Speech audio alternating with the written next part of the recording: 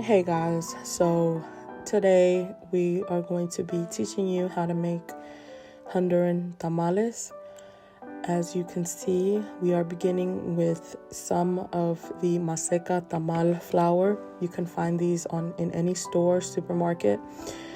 Now, she used the whole bag. She put it in a container. She mixed it with water. As you can see, the consistency, is not too thick nor too watery. It's just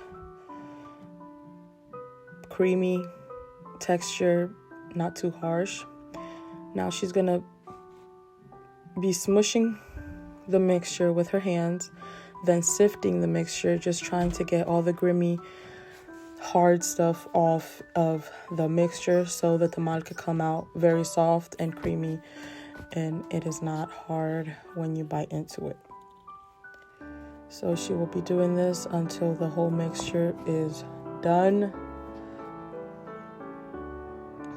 She'll be sifting this for the next couple of minutes, and then she'll be moving it into a pan with 2/3 of oil at the bottom just so it doesn't stick. She'll be doing that until the whole mixture is in the pan and it's ready to be stirred on low heat.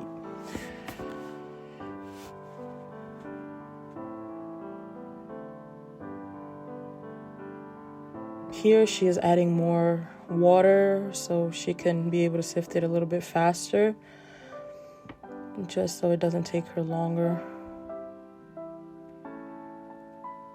So when you do use the tamal flour from Maseca, it depends on how many tamales you want done. This whole bag produced approximately 50 tamales. That's how much come out of one bag. So if you want more, you can purchase more. If you want, less, you measure out accordingly. Here we're going to make the sauce that's going to be put into the flour mixture. We have cilantro, culantro, green peppers, 1 onion, and some tomatoes. We're using the cherry tomatoes since we didn't have one of the big ones, but if you have the big ones, you can use 2.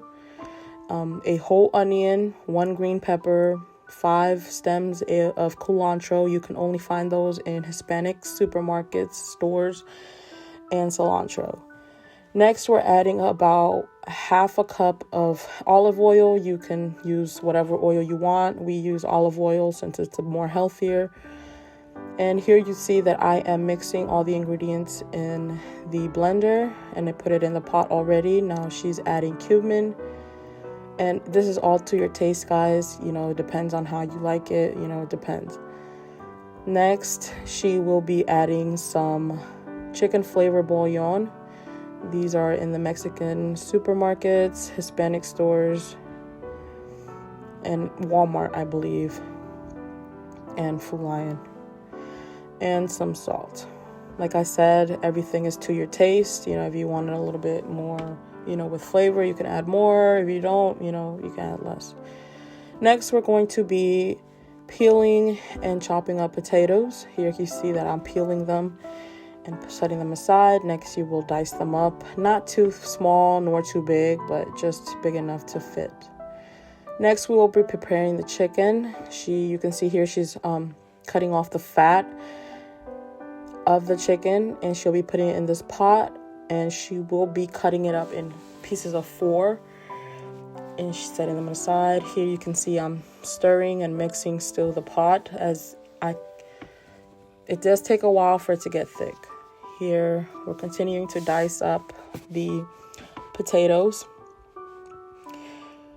If you have more help, you can get more done, but if it's just you, it's going to take longer. But here I'm mixing up the pot. As you can see, it's starting to get thick. It takes about an hour and a half. I was sitting there for a long time until it got very thick. It's going to get to the point where you feel it's like it's heavy, so you know that it's almost going to be done. Here you can see that it's already done. We're going to set it aside and let it cool, and we're going to prepare everything else and get it ready to start making tamales.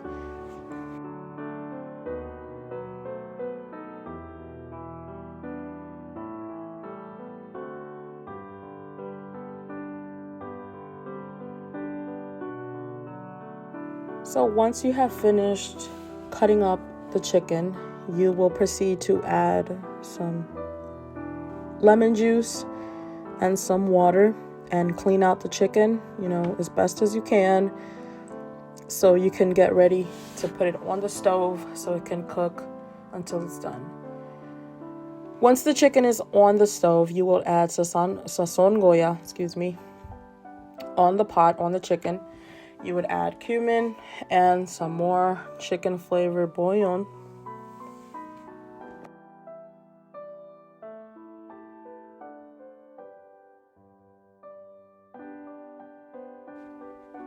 So she is adding 2 packets of the sazon goya.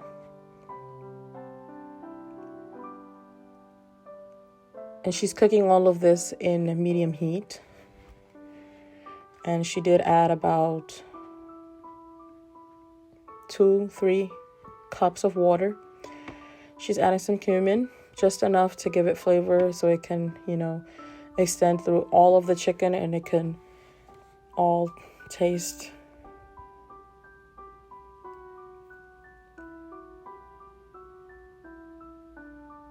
And she added the chicken flavored bouillon. She's going to mix it to even out the flavor. And she will let it cook until it boils and the chicken is ready. As you can see here, the mixture, it's already starting to get very, very thick. After it's cooled off, we wash out the potatoes and we put them over medium heat on the stove until they're ready and they start to boil. Next, on a saucepan, you can add 1 cup of water, 1/4 tablespoon of olive oil, just to get it ready for the rice. Separately, you will also wash the rice, clean it out, and put it on the saucepan and let it cook until it's ready. It's been boiled and it's ready to be removed off the heat. Most people, they do use the same water from the chicken to make the rice. That's how we make it in our country. It gives it some flavor as well. So it gives it a better flavor in the tamales. Next, we have sweet peas. These are already prepared and, I believe they've been cooked before packaging. So what we will do is just drain them out and just set them apart.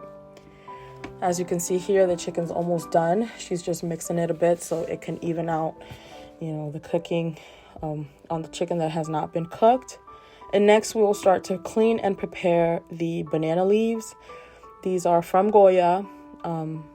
I believe you can find these in Food Lion and certain supermarkets. I really don't know, but we get these from a Hispanic supermarket nearby. And we will unpack them and try to clean them out.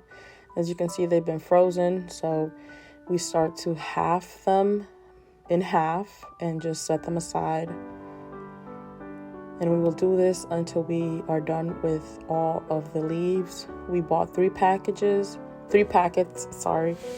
from the store to complete the 50 tamales that we'll be making. Mind you, 50 tamales, it doesn't feed all of us because we're just 6 people. But she does decide, to sell some, to other people that doesn't, they can't make them. So, that's an option you can do as well. Here you can see the rice and the potatoes are almost done. The chicken is almost done as well. So you will drain the potatoes and the chicken. You will remove it into a different pan. Here you can see she's washing the leaves with hot water. This is necessary, to soften the plant leaves a little bit more so they're easier to fold when you put them, when you put the mixture and everything on it, so it can fold easily and not break when you're folding them and trying to put everything in them. So you wash this, you wash all of them, and then you set them in a pan with hot water for about 3 to 5 minutes, just enough so they can soften.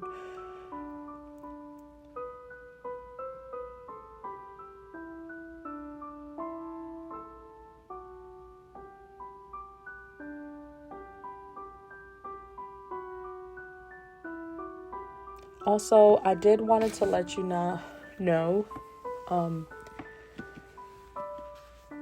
not everybody gets it on the first try. You know, this is the way we make it. Not everybody does the tamales the same way. You know, everybody has their different ways of doing them. And, you know, you don't have to do them the same as we do. But this is just how we make them in our house. Here you can see that she's draining out the leaves. They're ready. And she drained the peas and she got everything ready. You know, she drained the potatoes, the rice is done. And here you can see that she is going to start preparing it. First, on the banana plant, you grab about 1/2 spoonful of the mixture. As you can see, it's a little bit harder now. It's soft to the touch when you touch it. So she's going to put the mixture first. Next, she grabs a spoonful of rice. She puts it on top. Next, she will use some potatoes.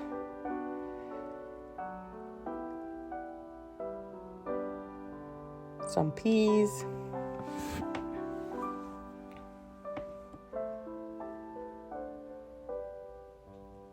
And 1 or 2 pieces of chicken, depending on how big you want them and how much you want in them. So this step depends on how much stuff you want inside of them. You know, it's all up to you. Next, you'll start to roll them very tightly, like you're rolling up sushi. Just make sure they're really tight and nothing comes out.